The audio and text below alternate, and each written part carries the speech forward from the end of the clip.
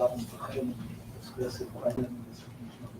right, daily Rambam for Monday, Yud Aleph El Tavshin Pei, fifth Perek of Hilchos Teshuva, Perek Chamishi. So the last year we learned Perek Beis, which dealt with Teshuva and details relating to how you do Teshuva, also details about how the Baal Teshuva is supposed to behave as such, etc. Perek Gimel, the Rambam discussed how Hashem calculates Zchuyas Keneged Avainos, how Hashem makes his calculations of who's a tzaddik and who's a rasha. And the Rambam also mentioned the idea that we have to look at the world as yourself and the world as balanced, 50-50, and one good deed can tilt the scales. Perek Gimel, the Rambam also discussed the Minim, the Afikarsim, the Kaifrim, the Mishmadim, and a whole bunch of other bad guys who we say don't have a chelek in Elam Haba. Perek Daled, the Rambam went through the 24 things that are ma'akiv tshuva, that hold you back from doing tshuva. And now we got to the pretty famous Perek that deals with the question of Yediyah and Bechira, Hashem's knowledge versus our choice. Although that's even at the end of the last Perek, even though he's ma'akiv, still right, tshuva. Right. So on the one hand, the previous Perek ends that you always have the ability to do tshuva. On the other hand, in this Perek, he's actually going to emphasize how a person actually has totally free choice and there's nothing even pulling you in any direction, which is counterbalanced by most of last Perek, which says that sometimes things can prevent you from doing tshuva. So for most of the Perek, he's going to emphasize how there's nothing stopping you from doing whatever you want. And then at the end of the Perek, he's going to get into the real meaty question of how does it fit with Yediyah. So as we shall see. So the Rambam begins immediately with this topic. Reshus kol adam nesunaloi aleph. Reshus kol adam nesunaloi. A person has permission, and this is based on the lashon in Perek Yavas Perek Gimel. You have the Mishnah there. Hakoil tzafoi v'hareshus nesuna. That same term, reshus nesuna, which that Mishnah as well touches on this. This idea of Yediyah versus Bechira. On the one hand, the Mishnah says Hakoil tzafoi, which means that Hashem knows everything.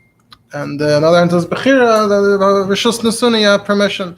Just to point out, regarding the language of that Mishnah, in modern Hebrew, tzafoi means expected, predictable, kama tzafoi. But in the Mishnah, it means seifim, that they see everything, Hashem sees everything, but yet you have Reshus. The Ram starts, Reshus kol adam nesuna loi, yemratza lahatis atzmai l'derech toiva v'liyas tzadik, Reshus biyadeh. If he wants to tilt himself onto a good path and be a righteous person, he has the permission. Now, the term derech tova earlier in Hilchos derech tova had a very specific connotation of someone who goes on the middle path, but it seems to also generally serve in just as a regular term to mean you go on the right path, you're being a good person. Like we had in the previous Perek, for example, says, we're not talking about any special kind of derech tova. Just mean people who are on the right track, people are on the wrong track. So, you want to be a good guy, you have permission. If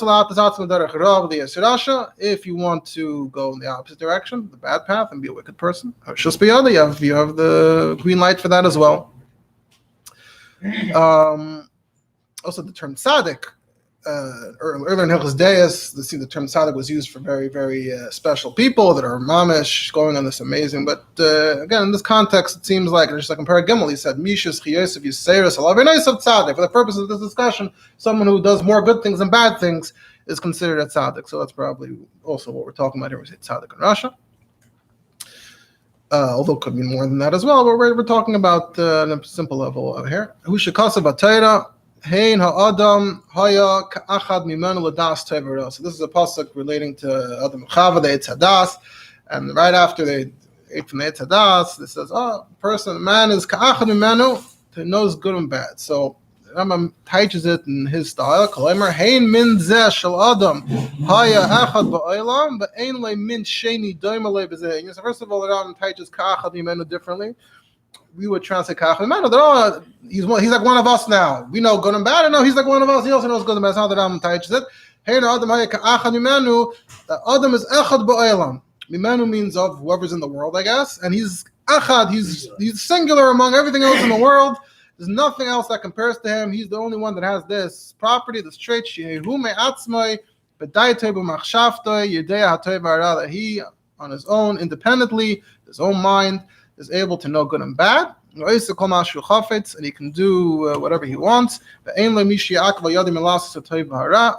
no one stopping him from doing good or bad. So there's both details here. First of all, that he has the etzim recognition, that he's familiar with the concept of good and bad, which is more like the simple pshat in the pasuk, that all of a sudden Adam's eyes are opened up, he knew good and bad. But then there's the next point, that he knows good and bad, and he can do whatever he wants.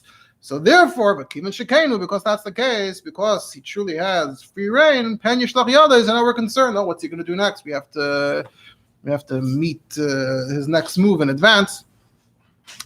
So the message here is that man has free reign. Now, just to point out that Rambam deals with this topic also in Perek Avos and that Mishnah of Kaltzaf Rishus Nesunan, and especially in the Hakdama to his Pirush in Perek Avos, the Shmeina Prakim, in the last Perek of the 8 Prakim, there's a tremendous Arichos, longer than the Arichos here, and it's going to touch on various points that are going to come up in discussion here, worth taking a look there.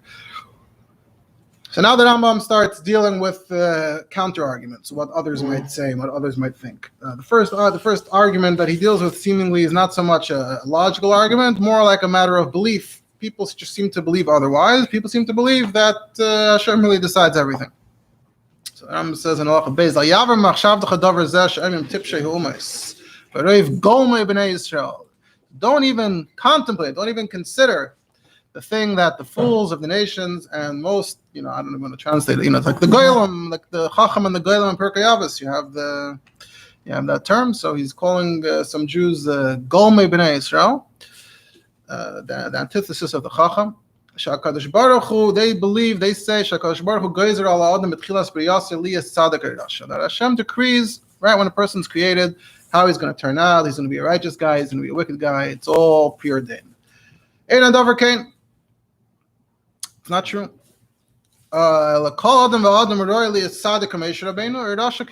Anyone is worthy to be a tzaddik like Moshe, or a wicked person like Rav. Moshe is the greatest tzaddik, Rav is the greatest Rasha. You can go to either extreme. Everything is possible. A wise person, a fool, a merciful person, a cruel person, a kila, a shaya, someone who's stingy or generous, and all the other days that we learned about in Hilchos that he listed. Right, so when he says that people say that Hashem decides that someone's a tzaddik, either they mean it, or either they express it as Hashem determined his personality, or Hashem determined his fate, Hashem determined his life story. But either way, however they say it, if they're sort of implying that the person can't overcome his personality or his fate, so that the takes offense to. Interestingly, the Rambam says, so obviously means in some level of potential. It's interesting that he goes that far. He didn't have to go that far in order to make his point. He could have just said that Hashem isn't geyser, but not everyone's created with the same potential. But this is what he wrote. He wrote that anyone could be a tzaddik like Moshe or a Rasha like Rav. Now it's possible that it doesn't mean mamish that you can be the next Moshe Rabbeinu. It just means that Moshe Rabbeinu is the greatest tzaddik, and you could be a tzaddik b'shleimus. You could live a perfect life of tzidkus. So in that sense, you would be like Moshe Rabbeinu. It doesn't necessarily mean that you're fully the next Moshe Rabbeinu. Also interesting, that Rambam says that anyone can be a chacham or a sachal. So now the famous Gemara that's also quoted in the beginning of Tanya says that they're in a more mystical kind of way. The malach who's in charge of pregnancy, his name is Laila, takes the tipa, he comes to in front of Hashem and he says, Ribbono shel olam, tipa zu mata he'ala, what's going to be with us? How's it going to turn out?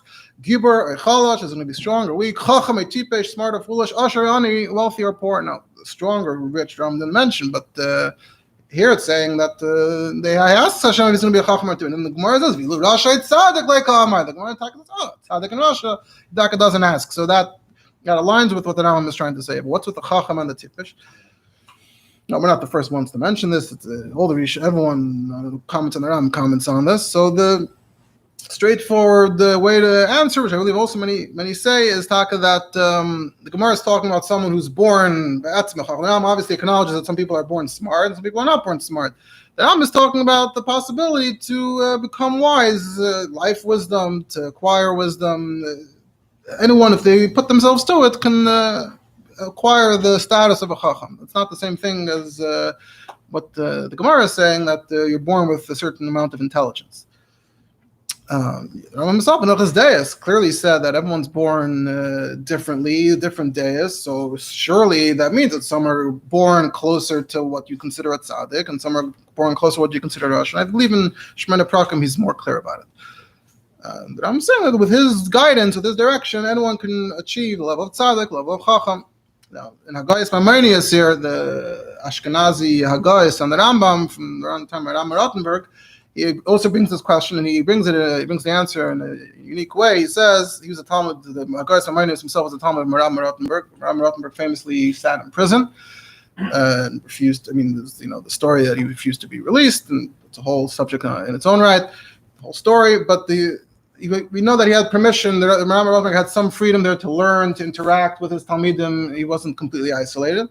So the Haggais Maimonides writes, "The Migdal Einsigsheim Tiritzli Meiri Rabbeinu," that in the prison, in the tower of Einsigsheim in Germany, my teacher, my master, our teacher told me the Pirish Lachos b'chachmoi b'sichlos, that here means to grab on, to go on the path of Chacham and Sichlos, and the Gemara Hainu Las Leiv Chacham Etipish, to be born.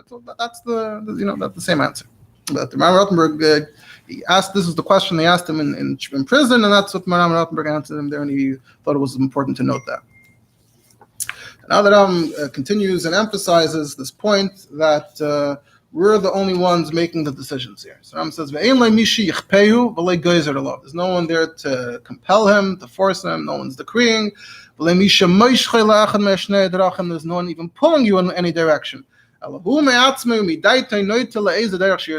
alone on his own volition, his own decision, decides which direction he wants to head in.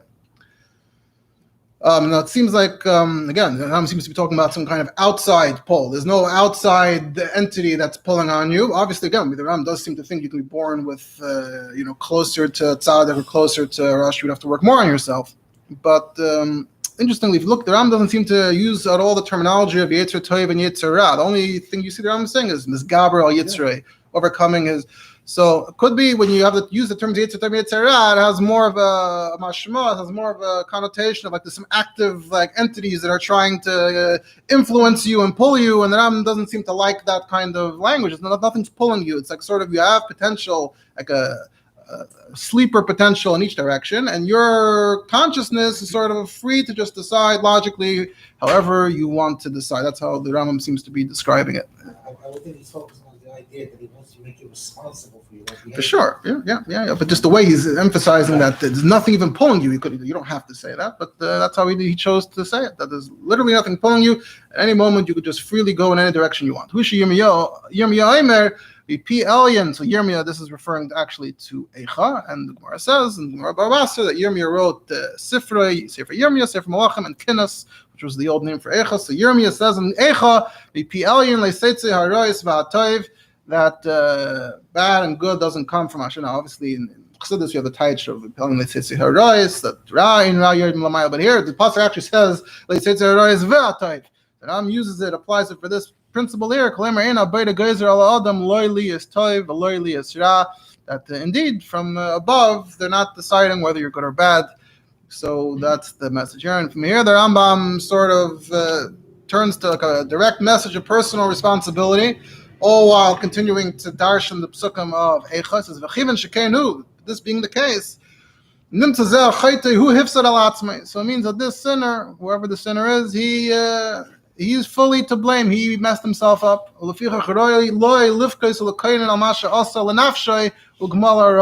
he should cry. What should he cry about? He should cry about what he did to himself. The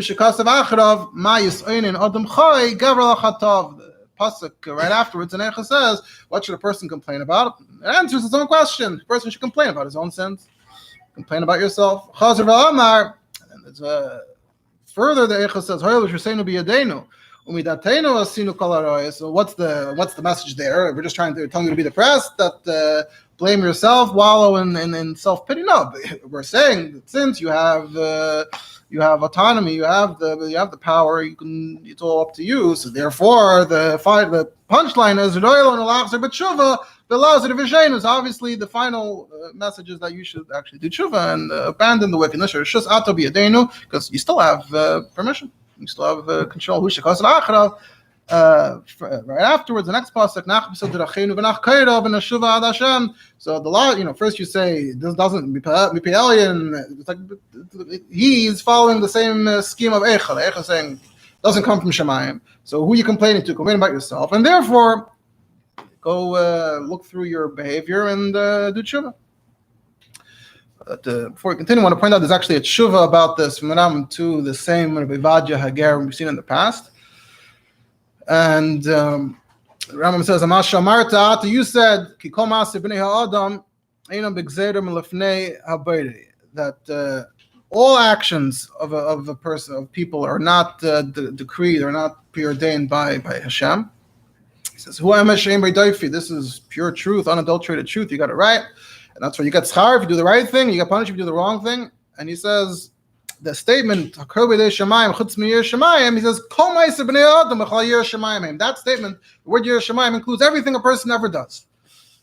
So God's not intervening in anything that has to do with people's decisions. So then it's because everything a person does can ultimately lead to a mitzvah or an avera. So everything has to be something that's in your control, not in Hashem's control. So what's a kol b'dei shemayim? Kol b'dei shemayim is everything that doesn't do with people, things that have to do with nature, trees, animals, galgalim, malachim. Kol b'dei shemayim, that's Hashem's department, and we have our own department. And he says, I already explained this in Mesachas Avos. Rayas there, and Tchilas HaChibur HaGadol Asher Chibarnu B'chol HaMitzvos, surely Mishnah Torah. He says, B'chol Maniach Dvarim Shebiyarin, anyone who abandons what I explained, Sheim B'nuyim Al Yisei D'Yolam, that's built on real powerful foundations. V'heiluchum Achapes B'Hagadah Min HaHagadah, Se B'Medrash Min HaMidrashim, that's rummaging in Agadata, Midrashim, Oy B'divrei Echad HaGoinim, Zechreinu Levacha, Ad Sheim Tzamila Achas, Yashav Al Dvareinu, Shem Divrei Dasu Tvuna, so he finds, I found something that says differently than the Rambam, I'm excited. Any element abed atzmei ladas. He's just messing himself up. But he's responsible for it himself. So, again, Rabbi Hager's nemesis is always his Rabbi. He has a Rabbi, but he seems to always clash with his Rabbi. So his Rabbi had said, now this is interesting because the Rambam is basically saying, not just talking about mitzvahs and averos. The Rambam is essentially saying that this extends to every human interaction, anything that humans are doing. So his Rabbi had said, what about Bas Pleni LaPleni, Yomavin Shal Pleni LaPleni? It says in Gemara that they say in Shemayim that you'll get married to this one, you'll get that, which has nothing to do with mitzvahs and averos. And even that, the Rabbi Vadia Hager and the Rambam are saying, no, Hashem doesn't decide those things. It's all up to, it just happens, what people decide. So the Rambam says, Taka wants to reject this raya. So what does he say? He says that if this is true, if this is actually true, if what your Rebbe is claiming is true, then why does it say in the Torah, Pen Yamis Vamochama, V'ish Achi Yikachana, V'ish Achi Yichalalenu? Hashem decides everything. So you're being concerned that you're going to war and someone's going to, what's there to be concerned about? Everything's under control. That's the Rambam's argument. He says, is there anyone in the brains who's going to have a doubt after it says clearly in the Torah? Anyone who understands should go to the Derech HaEmes, take this that's clearly in the Torah, and don't let this Yisai drop. And if you find Nevi'im or Chazal that disagree with that or seem to contradict, think about it until you understand it. If you can figure out how it aligns with what we know to be true, good. And if you can't figure it out, then say, I can't figure it out, but it can't be literal, it can't be... so let's say this Gemara, Bita shall pleni lepleni. Hashem, sometimes as a reward or as a punishment, if a person deserves a special reward, so Hashem, I guess, doesn't explain how, Hashem lines things up that he meets someone who he wouldn't otherwise have met. That's a very good shidduch for him, or vice versa. Hashem sends someone that's going to make his life miserable his way as a punishment. He says, this Gemara, it says that Medrash, it says, Mamzer echad b'seif ha'olam, Mamzeres achas b'seif ha'olam, HaKadosh Baruch Hu mevi'in u'mezavgan zel hazeh. Hashem finds a mamzer here and a mamzeres there, and he brings them together. So you do see that sometimes, if they need that help, Hashem can help you out in that kind of way. But steer it to the fact that the decision is still yours. Even then, I guess you'd still have the decision, yeah. But even that Rambam is saying is the exception. Ve'en davar zeh hashava l'koil. It's not like Hashem is always orchestrating shidduchim, just these individual people. That's what the Rambam is saying. Very interesting shita. And he says, it's all based on what we explained in Perek Avos. The Rambam compliments him. Very smart. You got it right. Very impressive. All right, that's the Teshuva of the Rambam. So now the Rambam stresses how central this idea is to the whole foundation of Torah and Mitzvah. Halacha Gimel. The Ikar Zeh, Ikar Gadol. So this is a very big foundation, a very big rule. Precept, Amud HaTorah VaMitzvah. It's the pillar of Torah and Mitzvah. Shnamar. A few psukim from Devarim that are on this theme. I gave you life and the good, and I gave you death and bad. I'm giving you today the blessings and the curses, blessing and the curse. The message of all these psukim is you have the power, you have the permission, you have the autonomy. Anything a person wants to do, any kind of human behavior that a person wants to do, he may do it, whether it's good or bad. And for this reason, it says, so what's the message here? They have it's like a statement that they have their own heart. Hashem is not forcing anyone to do anything. He's not decreeing that you do anything. You totally are in control. It's create your own story. Now the Rambam starts to get a bit into the arguments. There's arguments, counter arguments. Before until now he was sort of dismissing the tipshay umas. Now I'm going to say Ba'al Tisma va'Omer, and he's going to say that Schar va'Einish. It's very important. The whole concept of reward and punishment is based on this, as he's going to say. It's about Tisma va'Omer. Don't wonder and say, Hey ha'adam oisa kol ma sheyachvetz v'yiyu ma'asav mesunim lo. What's your question? Sorry, did I skip a paragraph? I believe I did.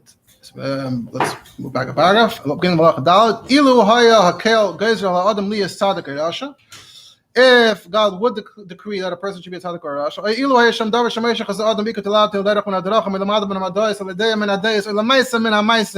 if there was something that was pulling someone, drawing someone, at the basis of how he's created, the basis of his makeup, to a certain path, to a certain knowledge, to a certain trait, to a certain action. As the the astrologers. So the astrologers are especially an enemy of the Rambam. As we know, the Rambam doesn't believe in the whole thing. And here, astrologers are the ones who say that this is predestined, that's predestined, whether it's your whole life or a specific thing. The Rambam takes offense even to say a specific maisa, anything that's preordained is offensive to him. So the tipshim hayveri shemayim make it up. So if that was true, if we were to say the opposite, so the Rambam is like starting to argue. Hey, how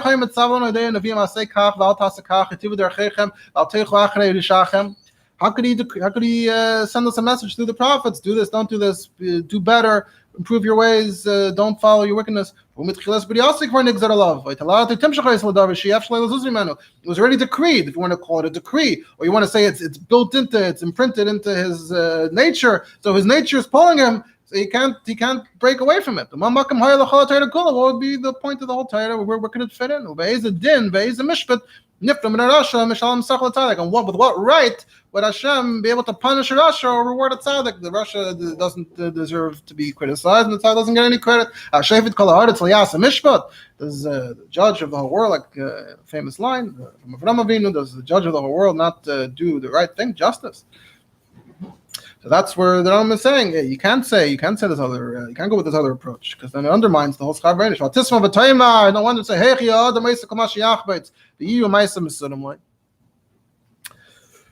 so this is more like it's like an emunah / logic question. When you believe in Hashem and you want to believe that Hashem is in control of everything, so you're going with that, and that's a very good thing to believe. So then you're wondering, so then how's it going to fit? I'm just trying to make it all add up. It's not adding up for me. So you're wondering, how can I be in control? Can something be done in the world without the permission of his owner, his creator, without his will? It doesn't tell me that Hashem is in control. Everything that happens is what Hashem wants. So Ram says, yeah, okay. So we have to phrase it. Whatever we're going to say has to always be what Hashem wants. So how does it work? So it's all being done with His will. Although our behavior is given over to us. Why? So he says,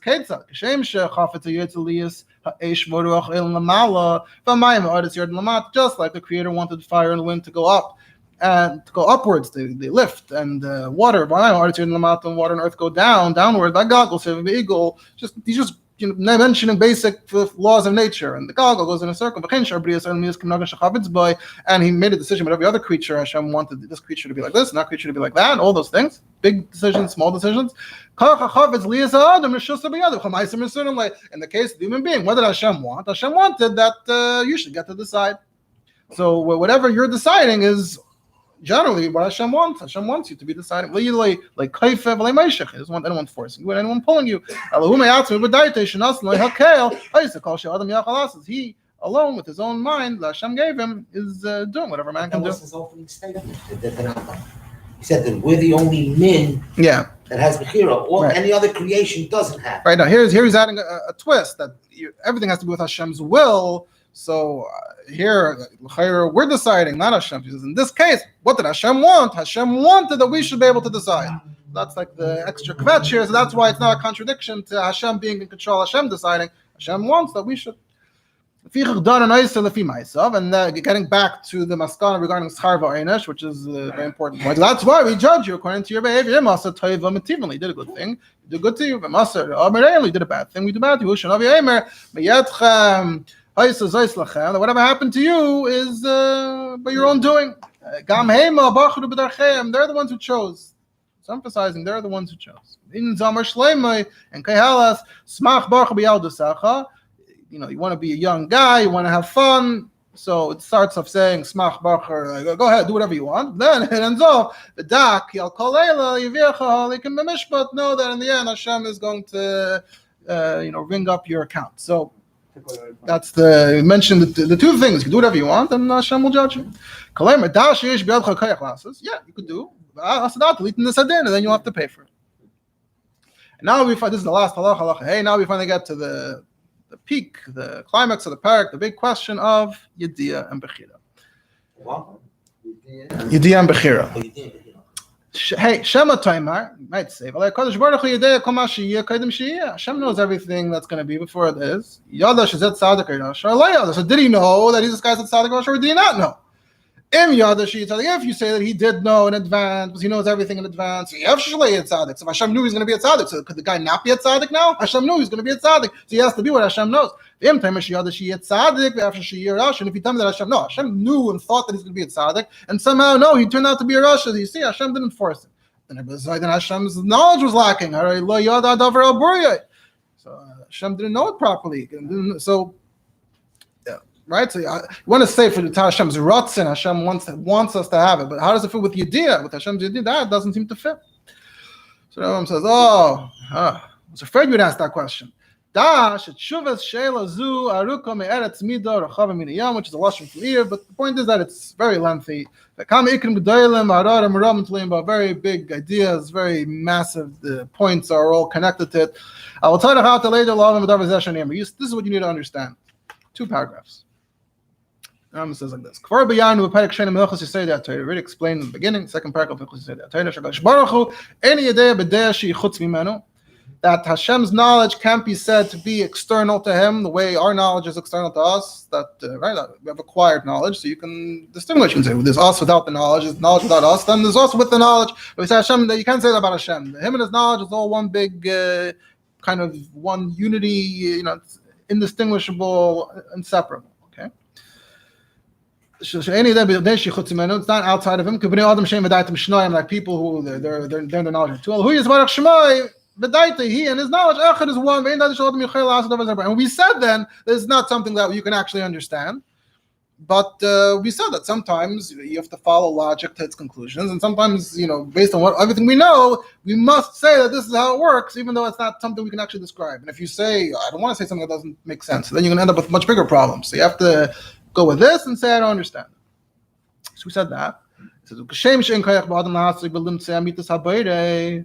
Just like a person can understand the truth about the Creator, which is what he spoke about in Perek Aleph. There he described in Perek Aleph that just the whole idea that God is one, and he doesn't have a body, and they said also that's not really something you can actually grasp. But again, we have proofs and everything, so that's the first conclusion. Right? How the Rambam explained in Perek Aleph, Moshe Rabbeinu wanted to know, and Hashem said, no, but okay, you can have more than everyone else. And Right? So he says over there, Amitas Adavar in Daitish and Perek Av, Amitas Adavar in Daitish Lot, Michel Asigo Lechaikrai, and in Perek Beis about the day on Hashem being one with Davar Zain Koyach Bepela Omre, Leba Oizim Lashamai, Leba Adam Lakiri El Buryai.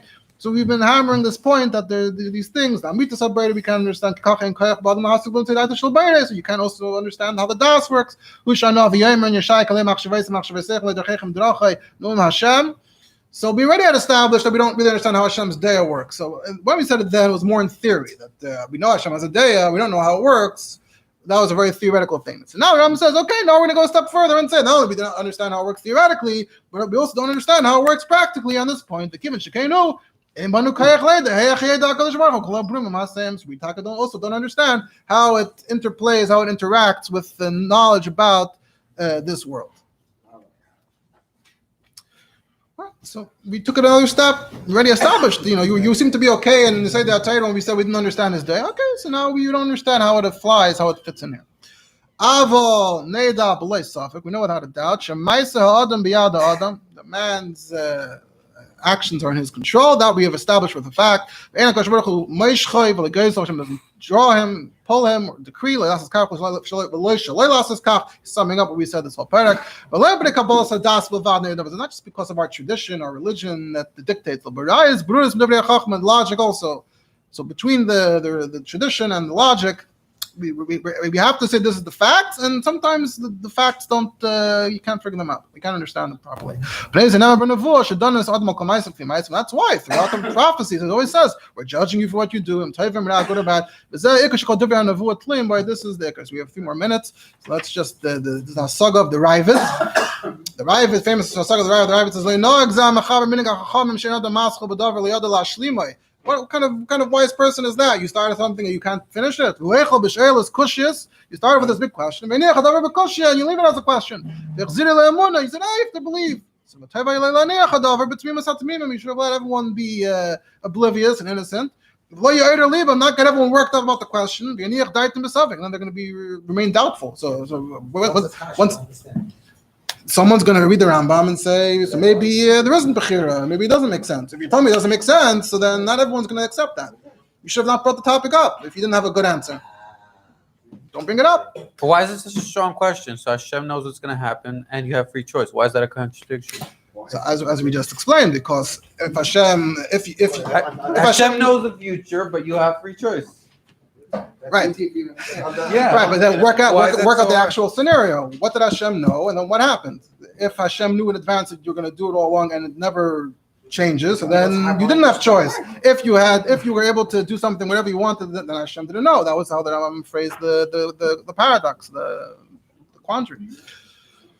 So he says, I don't have a tshuva nitzachas, but I'll give a little bit of an answer. And he starts mixing in astrology, which the Rambam would not be very happy about, but I don't know why the Rabbi didn't mention earlier that he disagreed with the Rambam. He says the astrologers, they know the future, they can predict the future, but also he says you still have a koyach to overcome your fate. So, which by the way, the Rambam was saying that if you go with astrology, then you have no free choice. The Rabbi said, no, you can still... just like the Rambam said about your innate nature, you can overcome your innate nature. So you can say you can overcome the mazalas also. It's not, the Rabbi doesn't have a problem with that. So if the astrologers can know the future and somehow you can still get out of it, so Hashem also. But then ultimately, he never actually solves the problem, because what about that situation in which are you going to overcome your nature or you're not going to overcome your nature? I think the key word that we're not using is that. If you're going to hold from the Indian of astrology somewhat, you're saying that man is predisposed to do that. But still, even if you're predisposed to do something, you still have the chiva. Yeah, but you're always still going to get stuck by that scenario in which, everything was pointing in one direction and the person had the ability to overcome it. So then what did Hashem know? Hashem knew, like the astrologer just knows what the most likely thing to happen is. He doesn't know that in some 1% of cases you overcome your faith. So so he doesn't ever answer that question. The Kesef says, why did the Rambam bring it up? So he just answers the first question. Why did the Rambam bring it up? He doesn't have an answer. So he says, what if someone has the question? We should have it. It should be addressed. It should say, we know about the question. You didn't think of the question yourself. We thought of it first, and we're letting you know that you can stop looking now. I just to mention something from the Rabbi, and there's a lot from the Rabbi on the topic. We don't have the time, but just first of all, the Rabbi in a Sikh and Chelik Vav Chavdal Teva says that the same what the Rabbi was saying about astrology. The Rabbi talks about names. How a person's name shapes a person. And also, it's not a stira to bechira because it's like a netiya. It's just like any other way you explain how you have an innate netiya to something. You're drawn to something. Doesn't mean you're compelled.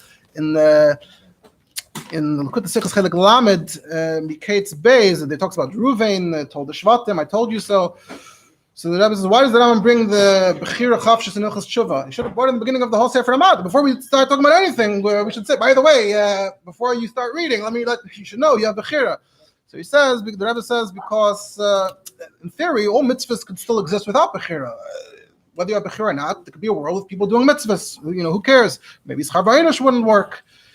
Teshuva is the only mitzvah that only makes sense if Bechira Chavshus exists. Without Bechira Chavshus, what's the Teshuva? And in order for the Teshuva to be real for you, you also have to know that you have Bechira Chavshus. If you don't know that you're responsible, then how are you ever going to do Teshuva? So that's why the Rebbe says that there's this very strong link here specifically to Teshuva, and also on the Pnimis Yanyanim, the Rambam says that we quoted the pasuk from the Adam edition. Alter Rebbe explains that Bechira comes from a very, very high place. That Hashem is not stopping you. It's because you have a chelik when they come out. So where do you see this tremendous koyach of ein ma'akabi? Are they dafkin tshuva? Where you're far away from Hashem, according to nature, according to everything, you should not have been able to do tshuva. And dafka with tshuva, you have this emish yakabi, this very powerful ability to break through.